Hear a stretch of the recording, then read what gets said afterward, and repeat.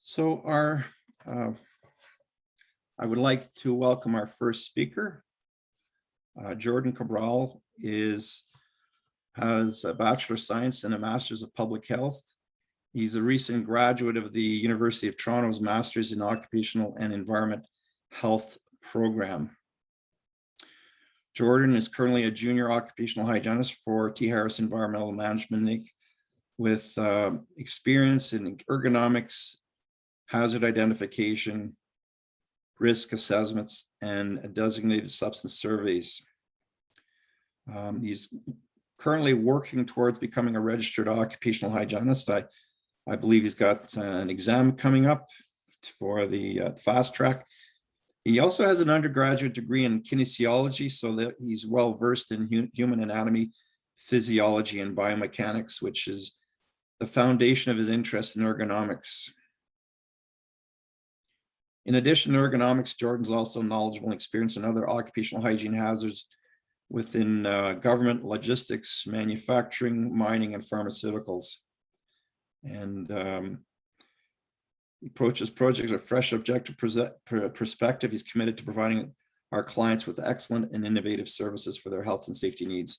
So Jordan is going to be talking this afternoon about the new hybrid work environment. Ergonomics is more important now than ever.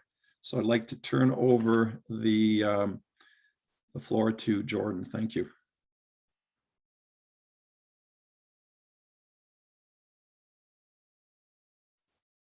Jordan? Sorry, I think I was muted. All right. Hello, Don't hear everyone. you yet. Jordan, your microphone's turned off.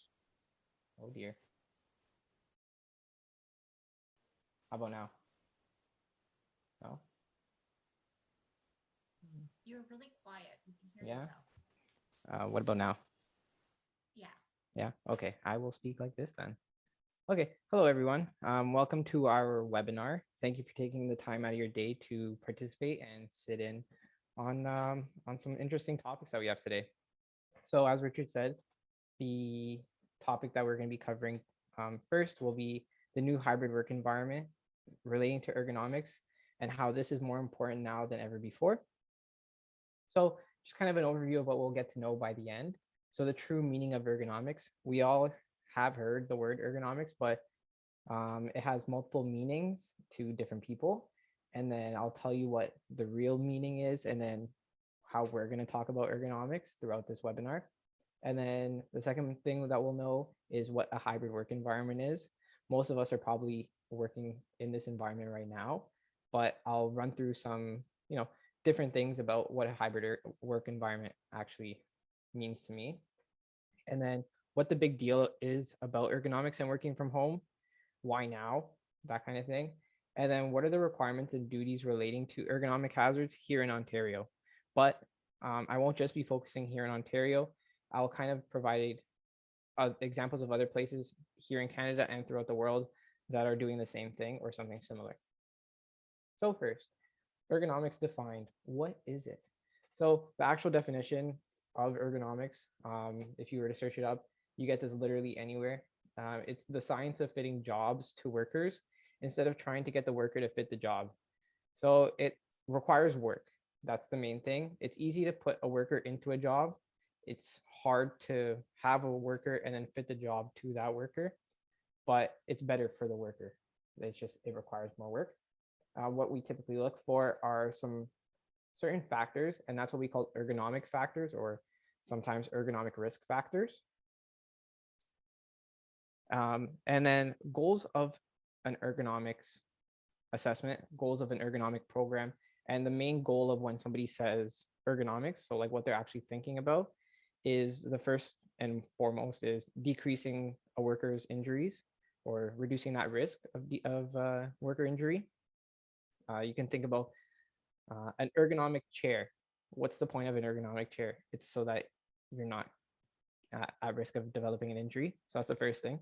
The second thing somebody thinks about when relating to ergonomics is decreasing a worker's physical and mental fatigue. So making it a little bit easier for them to do their job and then making it less stressful indirectly.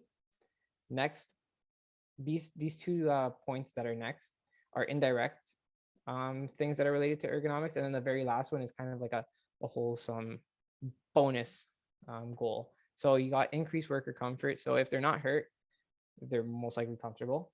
And if you're fitting it to them, they're going to be comfortable.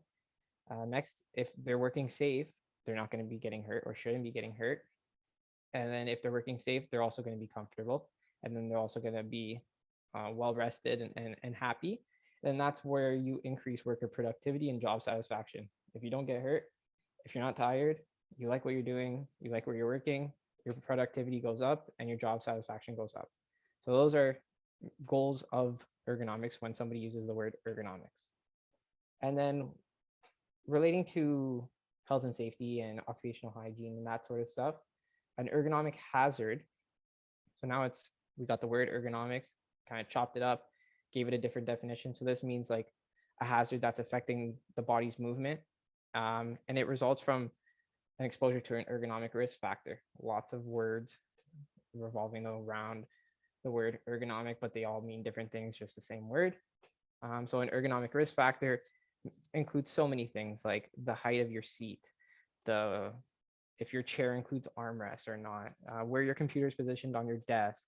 That's an ergonomic risk factor relating to office ergonomics. There's so many, and I can go on for days about it if it's in different settings, but never think that ergonomics can just be applied to offices, but they can be applied throughout many different industries.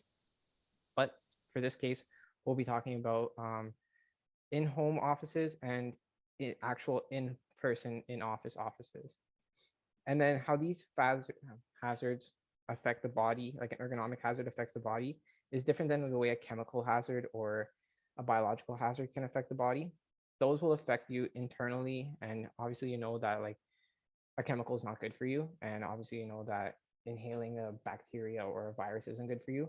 But you sitting at your table or at your desk, you don't know if that's good or bad for you. And these factors, they affect the physical components of the body. They put them under stress for a longer period of time. And then after, let's say a couple of weeks, a couple of days, your body will start feeling the aches and pains and injuries will begin to develop.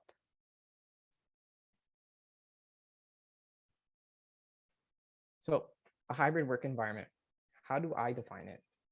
So basically I define it as like, it gives more autonomy to employees. It allows them to fit their work around the rest of their lives rather than structuring other parts of a weekday around hours logged inside of an office. So for example, let's say somebody lives an hour away from their office. That's 2 hours of driving per day at least, right? You don't want to run into traffic, but if you do, let's say it's 2.5 hours per day that you're on the road. So when working from home, that allows you to save 2.5 hours to be able to maybe do something earlier on in the day. Maybe you want to take your kid out to one of their sporting activities, something like that. It gives them that flexibility to be able to schedule things easier, should lower someone's stress.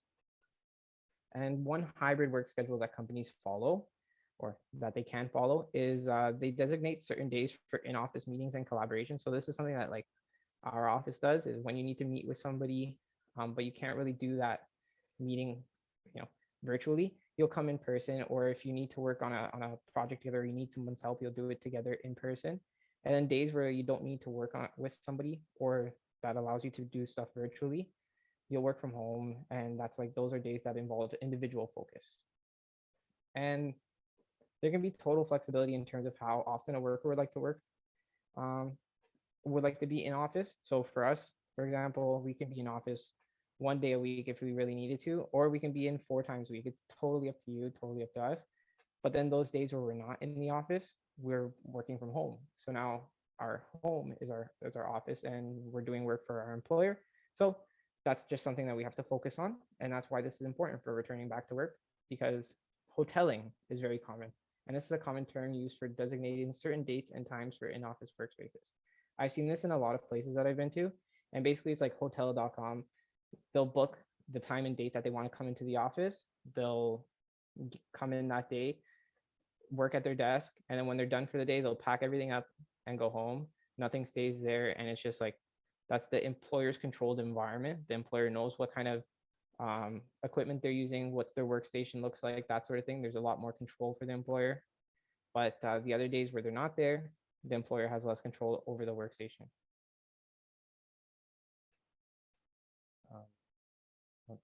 Okay. So Canadians who will be working from home, let's give this some sort of perspective. During the pandemic, we can see that there was a heightened um, rate of people working from home. So we had in prior to February 1st, 2020, it was only about like 9% of Canadians were working from home, the graph on the left-hand side. And then March 2020, that just skyrocketed to about 34%. And then it started going down and then went through the moon in August 2020. These are surveys that were conducted by Statistics Canada. And with these surveys, they also started giving estimates. So they gave estimates about the post-pandemic life. What would that look like? Post-pandemic 1 and 2, estimates 1 and 2, those kind of gave like very general estimates because you don't know how life will continue because those were very early estimates. They were done in like May and August. But then post-pandemic estimate 3, that was done more recently here in I think September. And that gives us a little bit of an increase in percentage of the labor force that will be working from home, or at least part of their work week will be from home. So we have that at about 17% of the total workforce in Canada will be working from home, maybe. So now there's an increased risk of people being exposed to ergonomic risk factors when they're working from home when compared to, let's say, prior to February 1st, 2020, when only 7%, 9% of the population was exposed. Now 17% of the population will be exposed. And then if you're not really comfortable with percentages, on the right-hand side, they are hard numbers. It's in the millions, so it's quite a bit, but you can still see it still follows that same trend. So now you might be thinking, this guy is just talking blah, blah, blah, ergonomics. Yeah, I understand it's important, but like, what's the big deal about it? What's the big deal about ergonomics and working from home? So on the left-hand side, we have our office, well, actually my office desk in our Toronto office. And my employer, everybody in the company knows what our desks look like because they're all pretty much the exact same chairs, same layout, same equipment. And that's been provided by the company. If you need anything extra, you can ask. And if it's appropriate, it will be given to you. But when an employee, let's say the person on the right-hand side here, that was their desk in office. Now, when they're tasked with working from home, that's their desk setup. And it's not that great. Well, actually, it's horrific. It's not good at all. Everything that you see on the left-hand side has totally disappeared on the right-hand side. Her chair is not that great. Her work surface on the left-hand side, we have a nice desk that gives us enough space for whatever we need, appropriate position of a keyboard and a mouse and a monitor and stuff like that. But on the right-hand side, there's not enough space in this person's home to accommodate a desk of that size or a desk in general. So what this person did, they just had to grab bits and pieces of furniture throughout their house that they're able to kind of put close together to make some sort of work surface. And this increases the risk of ergonomic, this increases the presence of ergonomic risk factors. So when that happens, the risk of injury and the risk of adverse health effects also increases. So we can see like the monitor placements are pretty poor. They're pretty off-centered. The body isn't sitting nicely on the chair. There's no support on the chair. There's no really table surface to rest anything on. The keyboard that's being used is the laptop keyboard. So those are kind of things that you want to look out for when working to have good office ergonomics. Is you don't want to be looking at a screen that's not directly in front of you. If you have two monitors, try to put them as close as possible. Then if you're using a keyboard, or well, if you're using a laptop, you want an external keyboard so that you bring it a little closer to you and that you're able to be in a more neutral position. Same with the mouse. And then you want a work surface that will fit the things that you need and work with you and that you fit to that work surface. This one, you don't fit to it, so it's not so good. Now, while working in the office, this person, very low risk of injury. But now the 3 days that they're working at home, the risk of injury is through the roof.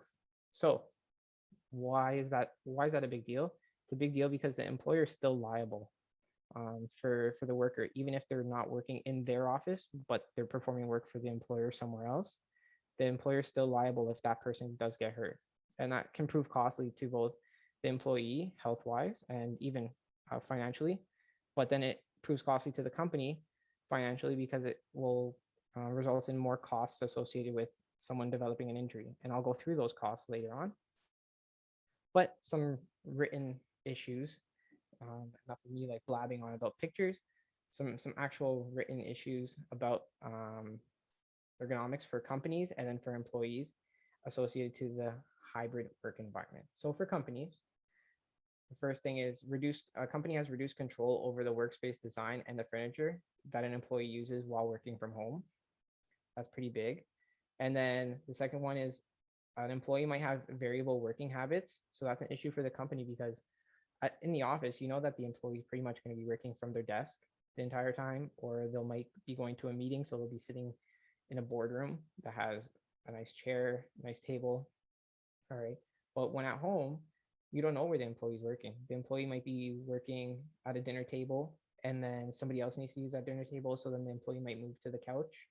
And those aren't really good working spaces because they're not designed to be used as a workspace. And then, like I mentioned on the previous slide, the employer is still legally responsible for the health and safety of an employee when the employee performs work from home.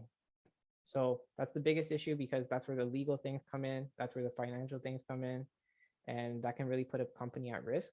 And you want to be able to resolve this issue. And that's why ergonomics is such an important thing, is because you want to identify that risk and then control it no matter where the employee is working. And I'll go through those steps later on. The next thing that's an issue for companies or employers are the unknown health and safety risks associated with the employee's workspace at home. You're not entirely sure about the other hazards that are present. They're not relating to physical hazards like ergonomics, but they may be relating to chemical hazards. Maybe their indoor air quality is pretty poor and they have high levels of, let's say, a VOC, right? What about lighting? Lighting might be an issue. Lighting is included in ergonomics, but it's also a separate physical hazard, and that might be important to take in. Noise, and then you also have psychosocial hazards. So they might have family members in the house that they also need to take care of. There might be children in the house who are doing homeschool. That sort of thing might affect the employee's health and safety because it might increase their stress when working from home. And then personally, the biggest issue that's not relating to anything legal is the procurement of office furniture and equipment. So the biggest question I get is, who buys this furniture? Does the employee buy it because it's for their house, or does the employer buy it because it's for the employee to do work for them? So that's by far the biggest conflict, not relating to anything legal. And one way that I've kind of dealt with it, I'll tell you in a couple seconds when I go through the main issues for the employees, but it's kind of an intuitive way to deal with it. So the main issues for employees, the first one is potential for increased risk of injury and psychosocial health impacts. So their workspace, like the picture in the previous slide, not set up good, like their actual in-office workspace. So then this results in an injury, let's say. They hurt themselves pretty bad, like they'll have carpal tunnel, and then they can't work. So then they become to experience financial strain and then stress and all that stuff kind of associated with that, with those circumstances. And that'll impact their psychosocial health. They'll make them more upset, that sort of thing. They're not feeling great. They're not feeling good. And then it decreases their productivity, decreases their job satisfaction, decreases their lifestyle in general. So that's one issue for an employee. Another one might be just in relation to space in the house. If let's say this person lives in a 700 square foot condo and it's a family of 3 or 4, their partner is working from home also, and their child is also doing school from home. Now, where's this person going to work? Are they going to work at the dinner table? Are they going to work at the couch? There might not be enough space to have an actual desk in that home, or there might be, and then they've given that to their child so that their child can complete their schoolwork properly. So these are things that we have to think about, not just having the right furniture, but also having the space for it. Like saying to someone, yeah, you can work from home, but that means one thing, but saying to them, yeah, you can work from home if you have an appropriate workspace, that's another thing. That's a way that you can protect the employee, is to ensure that they have a proper workspace to allow them to work from home. But to do that, the worker has to be educated. So an issue for an employee is that there might not be any education in terms of ergonomic risk factors and hazards. So they might not know that it's bad for them. Them sitting on the couch, it's comfortable, yeah, but they don't know that it's going to really hurt themselves in the long run. So by educating somebody about those issues and about those factors, hazards, and stuff like that, that will resolve that issue in terms of ergonomic stuff for employees. And then does the employee buy their office furniture, or does the employer buy this office furniture? So I'm repeating it again because it's pretty important. And the way I've kind of dealt with people with this was to come to some sort of a hybrid agreement. Maybe the employee can buy some furniture that will stay at their house, and the employer will provide the other furniture. So like if a chair is not being used in the office, can that be provided to the employee for while they work from home? Right, that sort of thing. So kind of like a hybrid compromise.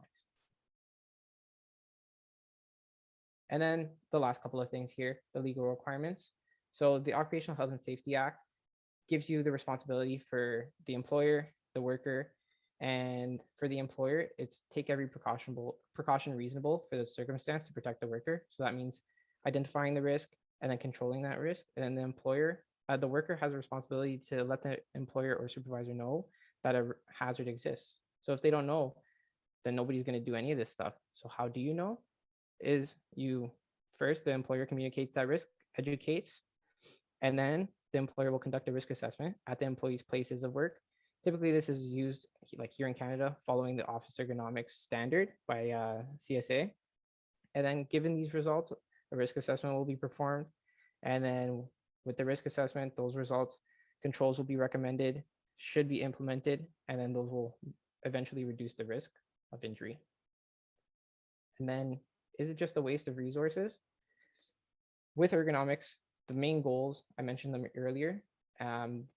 Those outcomes, if ergonomics is done to a T in ergonomics assessment, you'll have increased worker output, reduced errors, reduced accidents and injuries. Those all affect the company financially. Lost time, you don't have to pay for an employee who's not working, insurance premiums, that sort of thing. Errors, you don't have to pay for lost time trying to fix that error. Increased output, you're getting more out of that worker in that same period of time. Reduced training, same thing. Workers aren't leaving, workers aren't getting hurt, so you don't have to train new people as often. Then it kind of repeats itself. Reduced absenteeism, reduced turnover, and then the skill requirements, you're just making the job easier for that person, so they don't have to be as experienced doing that job. So thank you for listening. If you have any questions or feedback, feel free to write them in the chat, and we'll review it at the end of the webinar. Thank you. Okay, thank you, Jordan. So the next speaker is Dennis Su. Dennis has a Master's of Science in the PN. She's a professional chemical engineer with over 6 years of experience in environmental consulting and occupational health, hygiene, and environment health and safety. So he has a bachelor's and master's degree in chemical engineering from the University of Toronto. He is knowledgeable and experienced in environmental remediation, air quality, compliance approvals, process safety, and occupational hygiene. Some of his notable projects have included sulfur dioxide monitoring for steel manufacturing, lead exposure assessments for gun ranges, and complex volatile organic compound and assessments and pharmaceutically active compound monitoring for pharmaceutical manufacturing. Dennis is currently project manager at T. Harris Environmental Management, Inc., and he's our next speaker. He's going to be presenting on water, drinking water 101. So I'd like to turn the floor over to Dennis. Hi, everyone. Thank you, Richard, for introducing me. So today we're going to talk about a thing or two about drinking water at work, at home. So let's start with a story about my buddy, first year buddy, Salem. He is from Mauritius. He's an international student. We just finished first year engineering.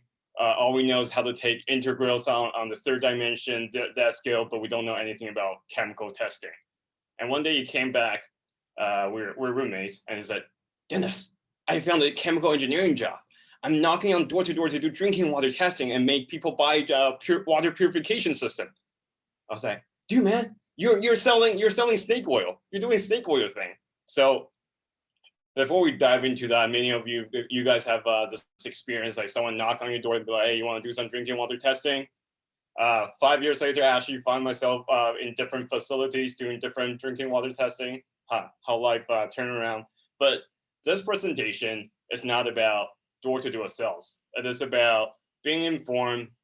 We're trying to be informative about what type of water is safe to drink and when you should be alerted and what you can look for in terms of drinking water when you pour a glass from your tap, what to look out for. So this is not a door-to-door sales. We're not selling any purification system, and we'll be as interactive as possible between there are a few pop quizzes, fun facts. You can participate, and we're not using any scare tactic to show that this is not your drinking water is not safe, and we're not doing we're going to show you some more health related testing that are free available from the Public Health Ontario for drinking water quality before you actually have to do any testing that you worry about at home or at work. So this presentation is about being informed as a resident in Ontario. We're going to show some free resources and free tips about how to what to look out for in drinking water. After about 25 years of drinking water in different countries for myself, I come up with those tips. No, I'm just kidding. Everybody has over 20 years or more sitting here drinking water. So, but basically, want to feel more confident with the water that's coming out from our tap, whether it's at work or at home. Hey, let's start with a fun fact. You feel free to type in the chat what you think, whether reverse osmosis RO water or distilled water is the best, or deionized water is best for your health. Nobody's participating right now.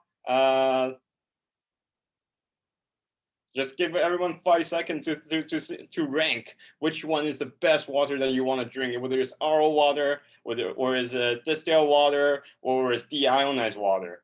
Oh, I see somebody said DI water.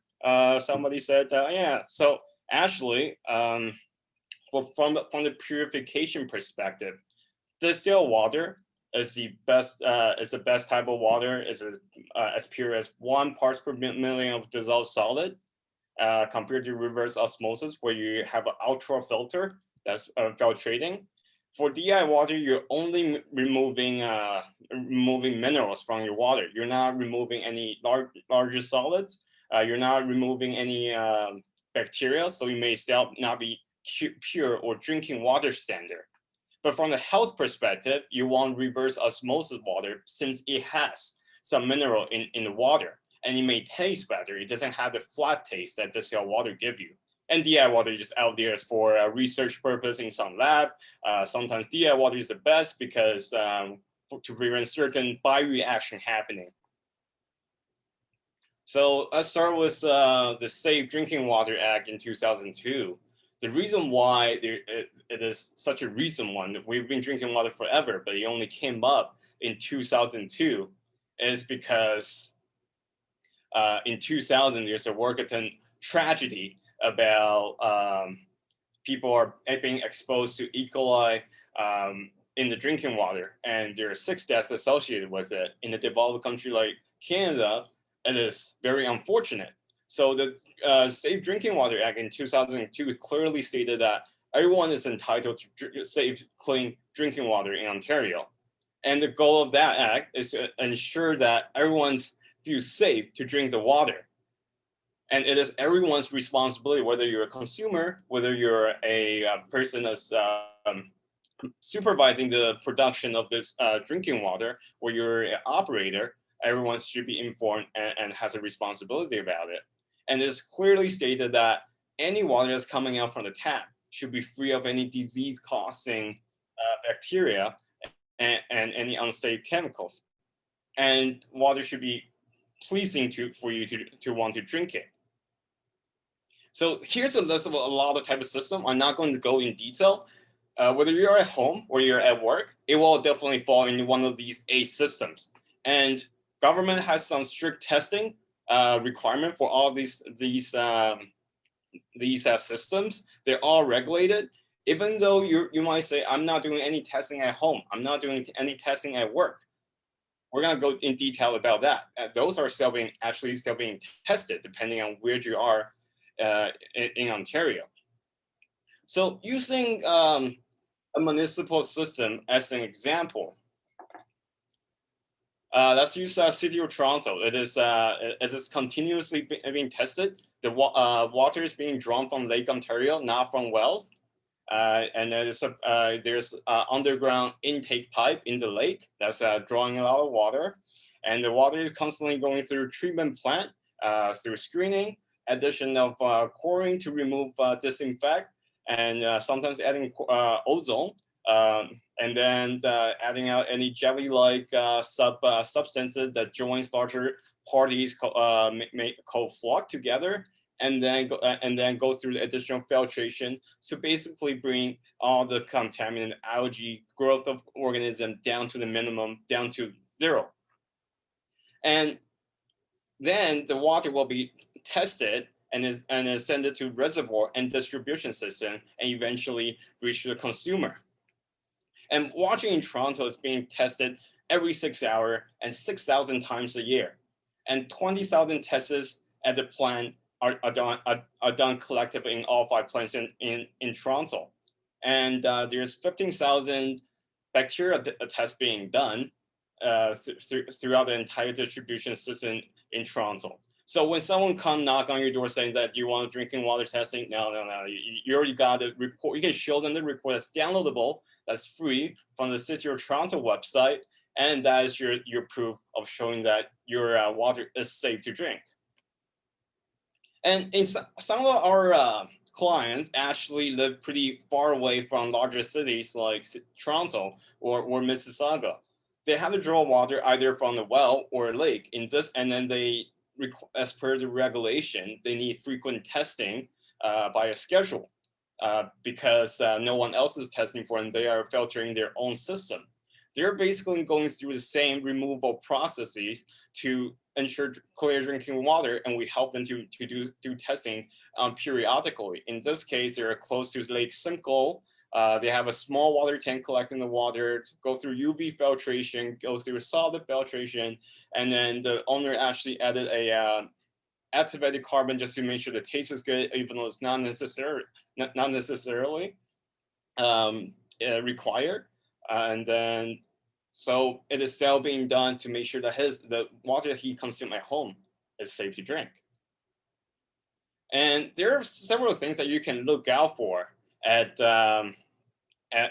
home or whether you're at work that you should be careful about, that the testing are being done in those in 3 major parameters, or actually the most major one would be maximum acceptable concentration, called MAC.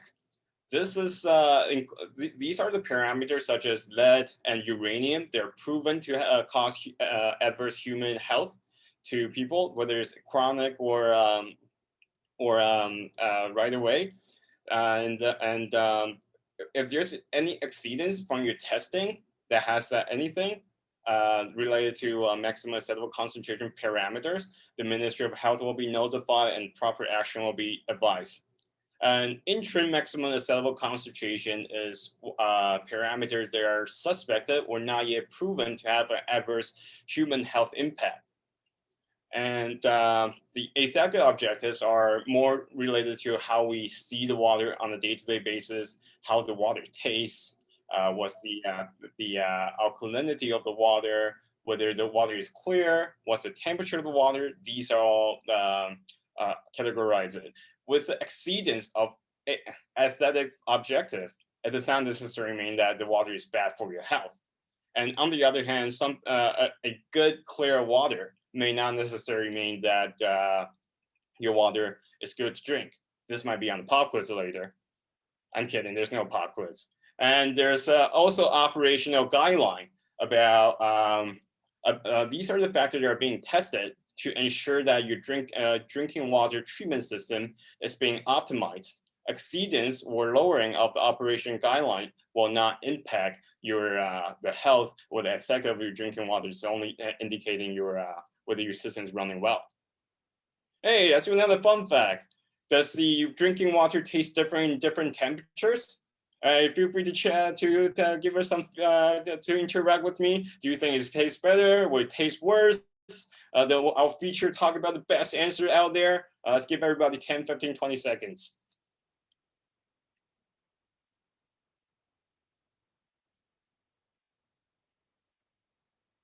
Oh, somebody said best in room temperature. Cold tastes better. Jordan is very smart. Oh, it's from a company. Of course he knows. Tastes best being cold. Yes. Water, as everyone knows that when it is cold, the water tastes actually better. But why? This is because of the amount of minerals. Minerals play the big act in the drinking water. For example, not necessarily mineral, but any metals. Iron at a really tiny concentration, it might give you a up to 4 ppm, 4 parts per million. You can taste it in the water, feeling that the water is has a little rough, rusty smell, rusty taste. Water at the lower temperature will not be able to dissolve as much of minerals, and thus giving you a better taste. So sometimes people advise when your water is not tasting as good, put it in the fridge overnight and then take it out again. It will taste slightly better. So water at 15 degrees Celsius is recommended. That's considered the best tasting as an aesthetic objective in Ontario. So there's some pro tips. Sometimes when you open a tap of water, when you're at home, when you're at work, it becomes cloudy.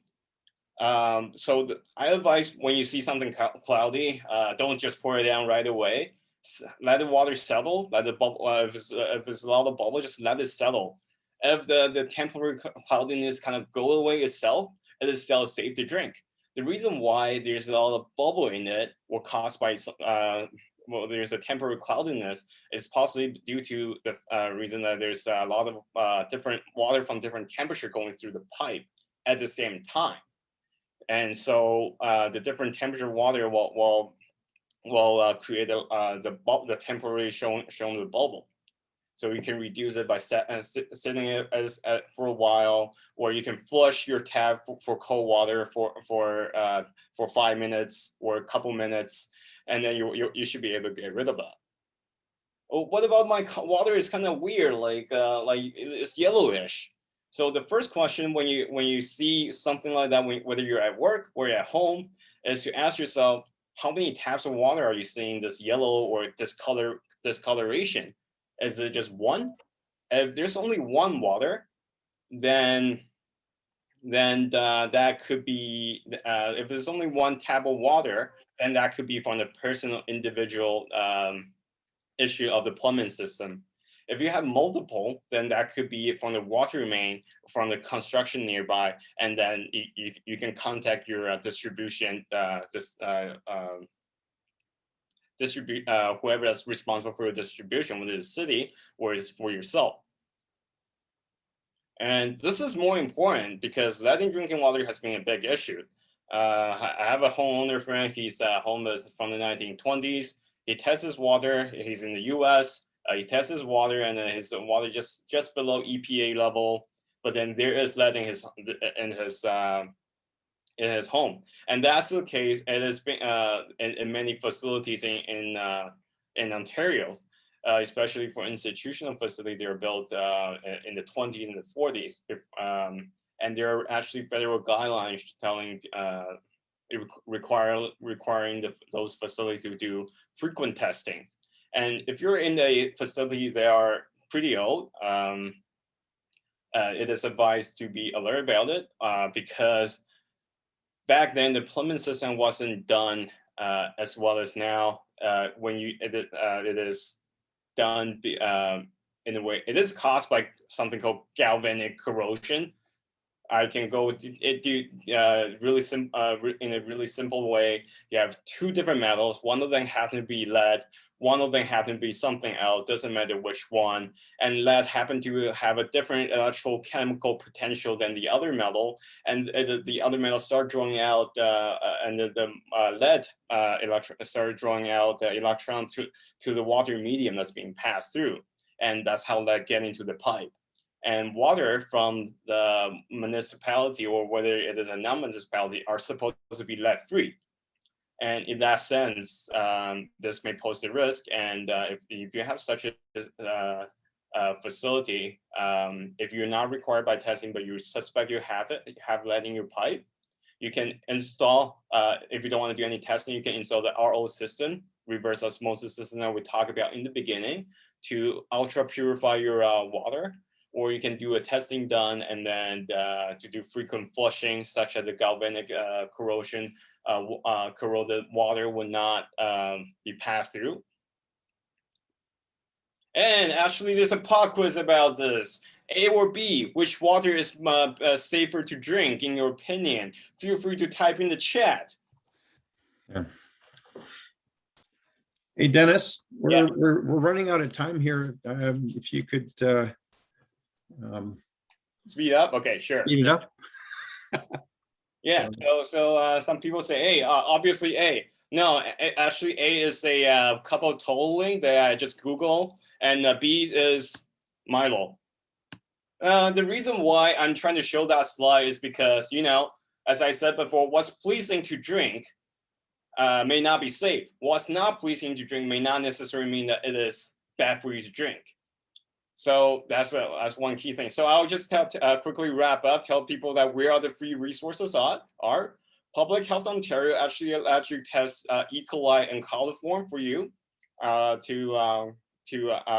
for your drinking water. As long as you meet these guidelines, the slides will be available for you to have a look after. And you know when something is up, after you do the testing, you know some quick screening tip that we just quickly talk about. But the key thing was bad looking water is not necessarily bad for health. Clear looking water is not necessarily safe.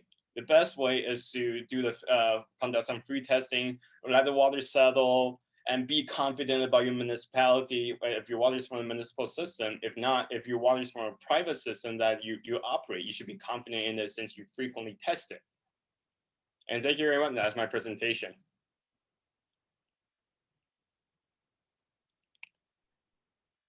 Okay, thank you, Dennis. I guess we're running over time here. I'm just wondering what the audience thinks about if we go beyond the two o'clock to get the two speakers in, or should we just limit it to 3 speakers?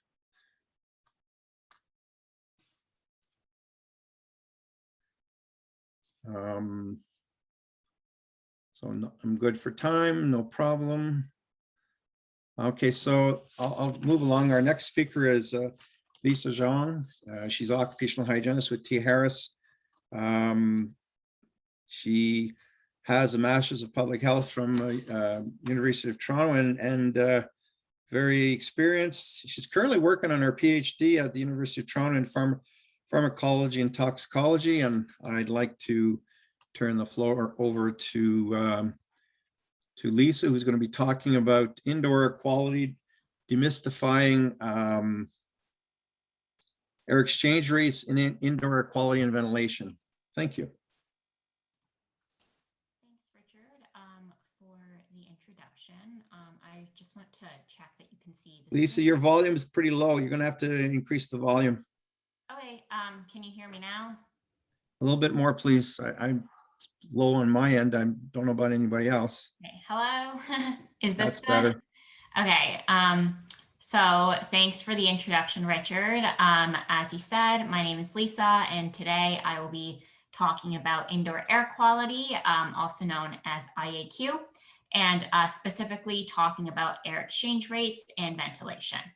If you have any questions during the presentation, please enter them in the chat and we will get to them at the end of the presentations. So here is an outline of what I will be covering today. To start off with an introduction, I thought I'd talk about indoor air quality and why it's important. So indoor air quality relates to the air quality within and around buildings and structures. Indoor air quality is important as it can impact the well-being, comfort, and the health of building occupants. Indoor air quality is applicable to all indoor environments, including your homes, your offices, a factory or warehouse where you may work at, and even the stores that you may shop at. There are many things that may impact indoor air quality, including gases, particulates, and microbial agents such as mold. The possible pollutants that may arise in your indoor space can vary greatly.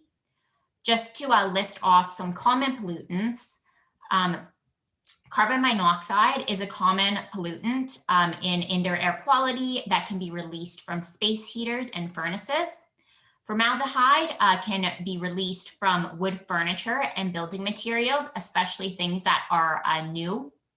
Nitrogen dioxide can also be released from space heaters and furnaces.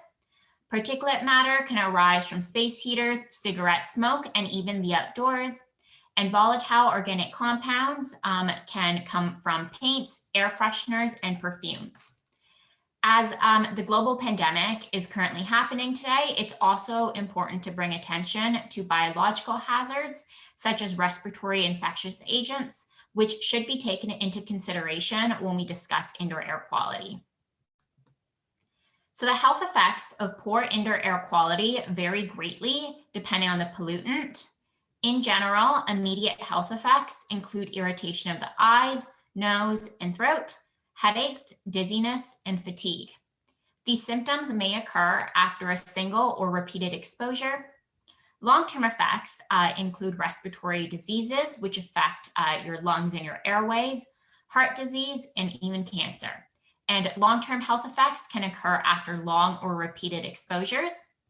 It's important to note that not everyone who is exposed to poor indoor air quality would develop each one of these symptoms. However, exposure will increase the risk that you may encounter one of these negative health effects. In the second section, I'll just be going through ventilation and its role in indoor air quality. So ventilation is an important part to maintaining good indoor air quality. Just to give you a brief overview of how the ventilation may work in a building, such as an office building, ventilation is typically controlled by a building's heating, ventilation, and air conditioning system, also known as the HVAC system. So in the system, the outdoor air enters the ducts of the HVAC system. It is then filtered and then cooled or heated depending on the temperature of the air and the target temperature of the building indoors. And the air is then enters and is circulated to the different areas of the building. Within each area, it is distributed and is then pulled back into the HVAC system by a return fan. The air enters this return plenum right here. And this is typically located in the drop-down ceiling in buildings, and it enters the return plenum, is brought back up into the system where it can then be exhausted back outside, or it is then recirculated. And the recirculated air mixes with the outdoor air, and it goes through this process all over again. Typically, in buildings, the amount of air that is recirculated depends on the temperature of the outdoor air, the target temperature, and the capacity of the building. For instance, in the winter, when it's cold outside, more air is typically recirculated due to limitations of the heating system, and this helps to ensure that air within the building is warm. So evidently, the HVAC system is important for filtering and conditioning the air within our buildings. Poor ventilation can contribute to poor indoor air quality, and there are many sources of poor ventilation. The most common ones include an inadequate or lack of filtering of supply or outdoor air before it enters the indoor space, sources of mold or chemicals in the HVAC system, which can cause these agents to become circulated through the building through the HVAC system, And another source of poor ventilation is an inadequate fresh air intake. So either too much air is being recirculated or no outdoor air is being drawn in. So when we describe how much ventilation is being supplied to an area, we typically describe it using air exchange rates. Air exchange rates in general is the number of times that outdoor air replaces indoor air within a space every hour. And this is typically described by air changes per hour, shortened to ACH. And the air exchange rates required to achieve good indoor air quality vary depending on the purpose of a building or room and its capacity. So here are some typical air exchange rates for homes, offices, hospital rooms, and air infection isolation rooms. As you can see here, hospitals and isolation rooms have higher air exchange rates because there are high-risk areas where keeping contaminants in or out of the area are at the utmost importance. We can also use ventilation to improve our indoor air quality with respect to preventing COVID-19. So here is a diagram showing the air exchange rates, which are needed to reduce the risk of COVID-19 infection. As you can see here, the higher the air exchange rate, the higher the relative risk reduction is. And if we want an air exchange rate that is equivalent to the filtering capacity of an N95 respirator, we would need an air exchange rate of approximately 6 air changes per hour. So now that we know why air exchange rates and indoor air quality are important, how do we measure them? Well, one way we can measure an air exchange rate is to use a tracer gas. A tracer gas is a gas that is mixed with air and measured in order to study air movement. For a gas to be considered a good tracer gas, it has to meet a number of properties. For instance, it must be non-toxic, colorless, odorless, tasteless, chemically inert in that it will not react to other chemicals. It must be non-flammable and non-explosive and easily transported, dispersed, and measured. So basically, a good tracer gas needs to be safe and convenient to use. Common tracer gases that are used include carbon dioxide, methane, and ethane. One standard which describes how we can measure the air exchange rates is the ASTM standard E741-11, and this is the standard test method for determining air change in a single zone by means of tracer gas dilution. The standard describes 3 ways that we can measure the air exchange rates using a tracer gas. So those are the concentration decay method, constant injection method, and constant concentration method. The method I'll be going through briefly today is the concentration decay method. And this is where a small volume of a tracer gas is distributed uniformly into a space, and then the decay or the decrease in tracer gas concentration is measured. So in the concentration decay method, the first step is to turn off the HVAC system. The tracer gas is then introduced to the area and dispersed uniformly to elevate its concentration in the space. The HVAC system is turned back on, and this will introduce new outdoor air into the space and subsequently take out the air with the tracer gas in it. During this time, continuous measurements of the tracer gas are taken to record the decay of the gas, or in other words, the drop in its concentration over time. And measurements are typically taken until the concentration reaches about 37% of its original peak concentration above background. So afterwards, we can take the data that we measured and plot them to determine the decay rate. So here's an example of what the data may look like. As you can see here, at the start of the assessment, the concentration of the tracer gas is very low. The HVAC system is turned off, the gas is released, causing a rise in the concentration of the tracer gas. And as the HVAC system is turned back on, allowing for the ventilation system to happen, its concentration falls over time. And this is what we call the decay curve. And from this, we can then determine the air changes per hour using this equation. So we can then take the measured air exchange rates and compare it to the standards to assess whether or not the ventilation in the space are adequate. And those can be compared to the air exchange rates that are relevant for the specific environment. So again, here are the recommended air exchange rates in ASHRAE 62.1. And here is the recommended air exchange rate for COVID-19 recommended by the American Industrial Hygiene Association. So to summarize, here are the 6 take-home messages. IAQ relates to the health and comfort of building occupants. Poor IAQ can lead to short and long-term health effects. Poor ventilation can contribute to poor IAQ. Ventilation is typically controlled by the building's HVAC system. Air exchange rates describe the rate at which air within a space is being replaced by outdoor air. And lastly, the tracer gas method described by ASTM standard E741-11 is one way to measure air exchange rates. Thank you for listening, and I would be happy to answer any questions you may have in our panel discussion at the end of the presentations. Feel free to type your questions in the chat. Thank you. Thank you, Lisa.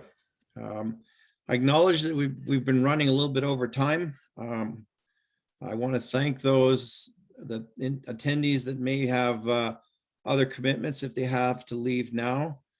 Please note that we are taping the presentations, so if you have to leave now, you can see the final presentation by Jordan from the recording.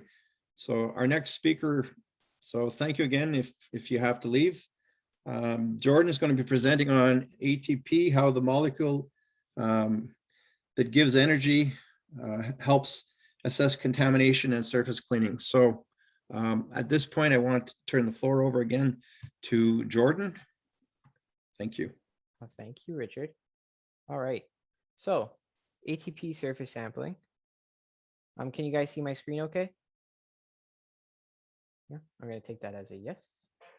So yeah, how the molecule that gives us energy helps assess contamination and surface cleaning practices. Let's start off just like how the other presentation was, what you will know by the end. So first, what an ATP molecule is, why and how ATP is used to assess contamination, the tools used in surface sampling, and then what ATP results mean, and then where can these ATP surface sampling be used? All right, so first off, what is ATP? So ATP is this molecule on the right-hand side. It is adenosine triphosphate, the universal energy molecule found in all organic matter. So it's living and once living, so dead matter. This can include animal cells, plant cells, bacteria, yeast, and molds. So one thing that's missing there is virus. A virus does not contain ATP, but I'll get into it a little bit more later on, how this will be representative of a viral concentration on a surface. ATP produces bioluminescence, and this has been suggested as a potential alternative for rapid confirmation of hygiene intervention effectiveness. So that's the entire point of this whole presentation right there, that one point. And then I'll give you some further details later on. In this picture here, on the left-hand side, we have animal cells. In the middle, we have plant cells. And then on the right-hand side, we have bacteria. So these are the 3 main things that ATP measurements will give us. So this is the information provided. It does not, like I said, give us information specifically on virus concentration on a surface. So how do we assess, how do we use ATP and how do we assess it? So we use it, we use a Hygienia InsureTouch device. It looks like a cell phone. It's the item on the left here. And what we do is we have basically a square of a known area, and then we'll use a swab almost looking like a Q-tip, and we'll just swab that area, insert it back into the tube, which is the item that you can see on the top of that cell phone. And inside this tube, there's a mixture. It'll mix, we put it inside the device, and then it'll give us a reading. This model, when we use it, we use a tool called the Super Snap Swab. So it's 8 times more sensitive than previous models that were used in research studies to develop limits. When we do this, it gives us a real number. So it's a quantitative assessment tool. And then with this number, it allows us to use a measurement to identify the level of cleanliness of a high touch surface. So the number that gets spit out is an RLU value. And this number is associated with basically the microbial colonies at that site. So as the microbial colonies increase, the RLU value will increase. As they decrease, the RLU value will decrease. And then the US Department of Agriculture, they also use this kind of stuff too, but they don't measure it in RLUs. They use the more scientific method, the one that takes longer, and they'll actually get aerobic colony counts. So that's the amount of matter that's in that surface that uses oxygen. And what they'll get with that value is they'll compare it to their limit. So their limit is 5 colony forming units. So how many different colonies that use oxygen? So oxygen and needs ATP. So that's where that comes from. So how many of those are in a centimeter square? So if it's less than 5, it passes. If it's more than 5, it fails. And that's only for them before they start a food processing plant. And then in Sweden, the Food Standards Agency there uses it for both after cleaning and before cleaning, with the same limit though, but that's for food specific. But then here in the UK, well, not here, but like the bottom point in the UK, they use less than 2.5 colony forming units when they evaluate cleaning efficacy in hospitals. So this is to prevent hospital-acquired infections. With us here, when we do our assessments are based off of the UK study, the 2.5 colony forming units, and that gives us a more stringent, more kind of sensitive baseline to monitor our cleanliness. And we don't get the colony forming units, like I said. Instead, we get RLU, and then our limit that we would use would be 800. So in studies, it was 100, but because our model is more sensitive, we use 800. Now, why? Why do we use ATP to assess contamination? I kind of provided some little hints in the previous slides, but here's some more detail into it. So the first thing is ATP readings can provide real-time feedback. So this is big advantage over the 24 to 48 hours required to obtain results using microbiological methods like PCR. So similar to that first point, ATP sampling with the Hygienia InsureTouch that are equipped with super snap swabs are much more cheaper alternative than microbiological methods such as PCR when specifically looking at SARS-CoV-2 virus, so the COVID-19 shebang. And then the next one, I've been saying this, but I'm gonna go into it right here. So ATP measurements do not specifically measure the viral concentration on a surface. It's only inferred that if the surface has a high microbial concentration, that the surface isn't clean. So if the surface is not clean, then you can assume that there's the possibility for a high viral concentration on that surface also. So when doing these tests, we kind of assume that if the microbial concentration is high, there's a risk for that sort of infection. But then there's also the equal risk of having an infection through a virus because the viral concentration might be equal since that surface hasn't been cleaned properly. So how does ATP get on these surfaces in the first place? From people, it's materials like epithelium, so the skin cells from the upper respiratory tract, these mucous membranes that we have in our throats, noses, and lungs. Our saliva contains them, and then all other kinds of associated materials from coughs and sneezes. But of focus, it's of people who have viral or bacterial infections. Anybody can contribute to the ATP measurements, but in terms of risk, it's the people who have viral or bacterial infections. And now part 2, the transfer rates of microbes to hands are more efficient from hard, non-porous surfaces such as stainless steel. So these are kind of like the surfaces that we would assess. And these are typically surfaces that people will always touch. Like when you walk into your office building, what are you touching? The front door. Front door is typically either glass, non-porous and hard, or it's some sort of metal or plastic, hard and non-porous. So that's a great surface for microbes and different viruses to stay on and be able to be transferred into somebody else. So that's what's a fomite. In the next point, frequently used fomites. So fomite, an inanimate object, so something that's not living, that when contaminated with, let's say, a bacteria or a virus, can be transferred over to somebody else, and then now that person has it on their hands. Let's say they put it in their mouth or they touch their face, now they can be infected also.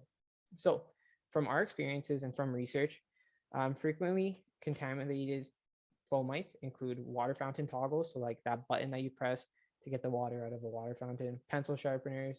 We don't use that too much nowadays, but you can even associate that with pen, like storage for pens in offices where you have a whole bunch of pens and like people just go and pick up a pen and stuff like that. You have that. Keyboards. This could be your own personal keyboard where you're the only one that touches it, and that can assess how cleaning practices are being performed on your keyboard. But in also other industries, there are workstations where multiple people will be rotating around using that same keyboard over and over again before it ever gets cleaned. And maybe that will assess the cleaning practices there to see if they need to be modified. Same thing with a mouse. Faucet handles. These can be in kitchens. They can be in washrooms. They can just be like at, a bar sink, let's say if it's in a restaurant, that kind of thing. Railings for stairs and doorknobs for doors, obviously. So yeah, those were the most bacterial contaminated in our experiences and in research. And then there isn't much research looking at how bacterial, microbial, and viral concentrations on surfaces directly relates to housekeeping practices and sickness in adults. But I did find some that look at children. So children in classrooms. This study, they looked at children in classrooms with poor housekeeping practices in one. And then in the other classroom, they had this like really high tech, neat cleaning practice.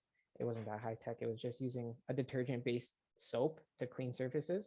So the kids in the classroom that had the poor cleaning practices, they were 2.3 times more likely to report absenteeism due to illness than the children in the classroom that had good cleaning practices.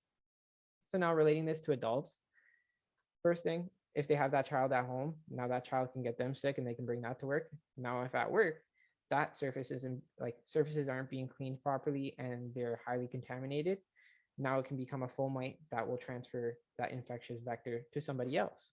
So that's one thing. Another thing is this can be directly applied into a workplace. So if a workplace isn't being cleaned properly, someone may be 2.3 times more likely to report absenteeism due to illness if that workplace cleaning practice is not so good and there's high microbial concentrations on their surfaces.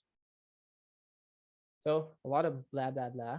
And I'm going to get to the basics here, straight to the point, what you would want to know if this test was being done for you and what the kind of process is. So like I said, we would be sampling in a small area and then put it into the little device that we have, and it'll give us a value. So a value greater than 800 RLU, that equals a fail. So going back into the research where that 800 comes from, that's equal to 2.5 colony forming units per centimeter squared if you were to do some sort of laboratory analysis. So a fail. Now that's an increased risk of infection from bacteria and viruses from that surface, from somebody touching that surface. They have the potential to put their hands somewhere, let's say their mouth, and then you can get sick from that, or there's an increased chance to get sick. From there, we'll review current cleaning practices if there's a fail. So we'll see what's currently being done. Are they using a detergent-based soap, so are they just using Lysol wipes and just wiping the surface and hoping for the best? And then lastly, after they implement new cleaning practices, it's best practice to sample again to see if these cleaning practices are as effective as we thought. And if they're not, you just go back and revise it. But if they are, so be it. Now you have hard data to show that what you're doing is good enough or better. So I'll give you an example of what I've experienced in the field doing some ATP surface sampling for some of our clients. So one gentleman had their desktop sampled for. So this was kind of like right in front of his computer, like not his computer, his keyboard, where he would basically like rest his hands and all that kind of stuff. So before cleaning, it was 820 RLU. Before cleaning in this case means before the new method of cleaning was implemented. So their old method was just using the Lysol wipes that I have here. And they would just get the wipe it, and go with the label. And it says that 99.99% of bacteria and viruses are killed. So they believe it. They say, yeah, okay, sure. And then I go to sample it, but my results say 820. So that's a fail. What does that mean? that means that, okay, maybe the bacteria was killed and inactivated by the disinfectant, but they weren't removed. So the risk might still be there because not everything is gone. So what I recommended was to use a detergent-based cleaning method. And then, so whatever, some time passes, then they go and do it again, and I test it, and it comes to 123 ROU. So that's a gigantic difference just by adding some soap and water to whatever you're cleaning and just wiping that surface one extra time. Huge difference. So the risk is enormously decreased. So like big difference. And that's what the results mean. So if it's over 800, your risk is higher, but when you're using Lysol, yes, you're inactivating them, but this risk is still there. But then using a detergent-based soap after you clean it, the risk is completely decreased, like way gone. Like 123 is one of the lowest I've seen. And on a desktop that's always touched by multiple people, it's pretty good. So that's what the results mean. That cleaning practice now works. The old one was not so good. Now, where can it be used? It can be used in so many different environments to protect, one, the workers themselves. But then if you're in an environment where you have workers and clients and customers and a whole bunch of people, just the general public coming in and out, touching the same surfaces and that sort of thing, and you want to know if your cleaning practices are good for both your workers and the general public, here are some examples, and this is a good idea, something that might be a good thing to consider. So the first would be in a butcher shop or in a grocery store. On the left-hand side, you can see a packaging machine or even any kind of packaging line where they'd be filling something up like this. They're touching a machine. Multiple workers will be coming by and completing this task. You even have somebody opening a freezer door. On the right-hand side, customers touch it, employees touch it, and you just want to review your cleaning practice to make sure that employees aren't at risk, but that also customers aren't at risk or introducing more risk. In a bar, on the right-hand side, you have your bartenders touching bottles. Over time, those bottles probably don't get washed. They just get used, and they'll just sit there. That's a foamite. It's a hard surface that doesn't really get cleaned. There's risk for transfer there. But then you also have the bar top for clients, customers. You even have the employees themselves touching the bar top, passing glasses and all types of other items that are on that countertop. And then on the left-hand side, in kitchens, you have the food safety aspect of it, like how the U.S. agriculture has their limit for food safety. You can apply that same limit into a kitchen setting to make sure that surfaces are clean, make sure that tools are clean, make sure that employees are following correct procedures, but then also ensuring that employees aren't contaminating each other by touching each other with contaminated objects and contaminated hands and stuff like that. Very simple. The hospital setting, you have on the bottom right, the now. You want to make sure everybody's safe all the time. But then when this entire pandemic's over, you want to continue having those high standards of cleaning practices. Like on the left, nurses, physicians, anybody in the hospital can touch that computer when it's there beside the bed. And you want to make sure that the risk isn't being passed on over and over again.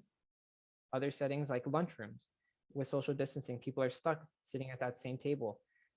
Increased frequency that somebody is sitting at that spot, so increased contamination. You want to see if your cleaning practices between people are good. Grocery store, again, I give a lot of examples of grocery stores because I used to work in one throughout high school. But at a cash register, you'll have multiple cashiers working through an entire day there, touching the machine. You'll even have customers touching things. So that's something that you want to worry about. In between cashiers, in between customers, cleaning practices, are they working? And then the elevator, going to your office, everybody that's on your floor probably touched that number 9 button. So let's say you work with 100 people touch that button at least one time today. So just think about that.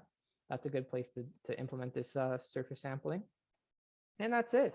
So if you have any questions or feedback, I guess now is the time that we can go through them. And thank you for participating. Thank you, everyone, for attending the presentations. Please feel free to either post your questions to the chat feature. I'm going to go through some of the questions here. Okay, just a moment. Okay, okay, I've had a question here on ergonomics. An individual posted, I game and work on the same station where I'm at. How will the employer differentiate the injury from ergonomics that may also result from my poor posture when I do personal leisure instead of work? Yeah, sure. So I can answer that. Your employer's not the one that's going to decide where that injury comes from.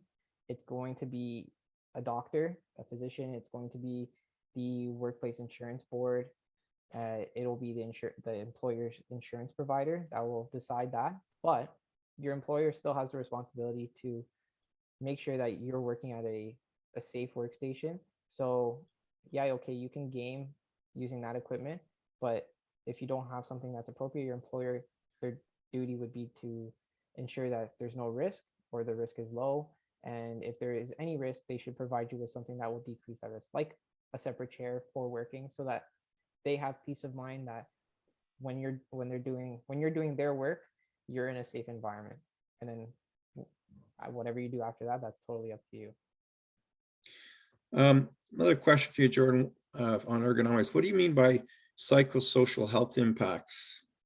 Yeah, so those are things that you can't really see. Like let's say a stress, for example, headaches, just feeling down, fatigued, things that will impact you mentally, focusing more on your mental health rather than your physical health. A lot of times when we look at ergonomics, it's more of the physical things like my back is aching, my arms are aching, but psychosocial health impacts are those that affect your mental health, and ergonomics plays a large role in that. Okay, thank you, Jordan. So Dennis, we talked about water 101, and what are the health hazards associated with the shutdowns that some industries have experienced during the pandemic? What hazards to the water system? Water is always safe, regardless whether you're in pandemic or not, coming from the municipal system. If you're coming from a non-municipal system, you still do frequent testing to ensure the integrity of your system. The only problem would be is at your distribution system. It's a confidence at your distribution system. If your building is older, then as I talked about in the presentation, the galvanic corrosion, you're promoting a medium, which is a water that's sitting in the pipe that's continuously not being flushed. So you might have a peak of your lead. So you might want to flush it a little bit. And then sometimes some bacteria, you have a crack in your distribution system. That may be an entrance to a different bacteria, but that is for E. coli and coliform, that is free for testing in Public Health Ontario. And sometimes AIHA also mentioned about Legionella being a concern, even though the ingesting Legionella may not be, it's not regulating drinking water. It may be a concern for inhalation. Thank you. So Lisa, how do you go about increasing the air change rates for your ventilation in an office space?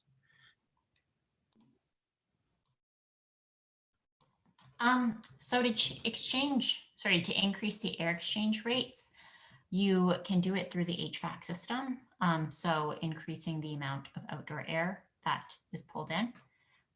Or sometimes the HVAC system has limitations where you can't increase the air exchange rate or can't increase it more. So one way you can do that is to bring like kind of auxiliary portable air filters to increase the effective air exchange rate. So it's filtering the air within the space.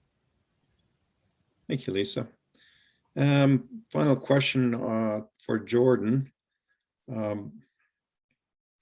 Who else is using ATP testing other than the ones that you mentioned in your presentation? Pretty much anyone, really. Like in my experiences, we've had social clubs. You can do offices. Really anyone. Schools are able to do it. Out of my knowledge, I'm not too sure, but it's open to anyone. Anyone who wants to monitor their cleaning practices. It's very useful. I think food care, they're using ATP for its cleanliness of surfaces and certainly healthcare as an indication of if they've done a good job of cleaning a patient room. Yep. So I don't have any other, if there's any other questions, please post the questions. Otherwise, I want to thank everyone that was patient enough to wait till the end of the presentation to hear all the talks. We appreciate your participation. We will be sharing the recording of the presentations with the attendees. Thank you very much. Have a great afternoon.